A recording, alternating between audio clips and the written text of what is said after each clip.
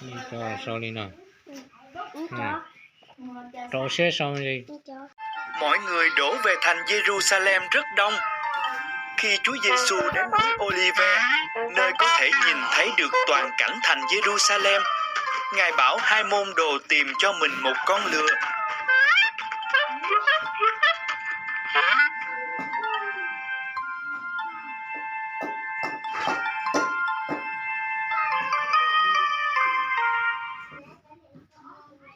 Họ tìm được con lừa và trải áo mình lên trên lưng nó.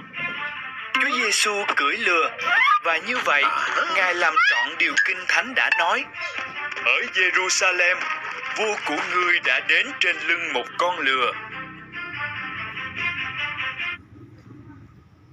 Chúa Giêsu cưỡi lừa xuống thành Jerusalem.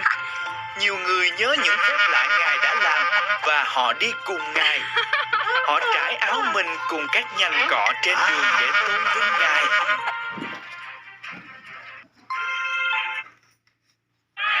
Họ hy vọng Chúa Giêsu chính là đấng cứu thế mà Đức Chúa Trời đã hứa ban.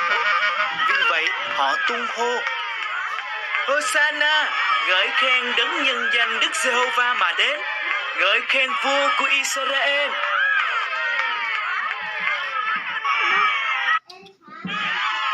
Những người Pha-ri-si lầm bầm: Mọi người đều theo Ngài hết rồi. Này Giê-xu, hãy bảo họ im đi.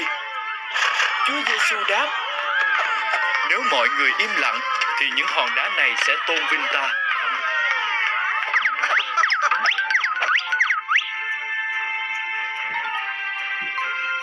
Giờ tôi chỉ bỏ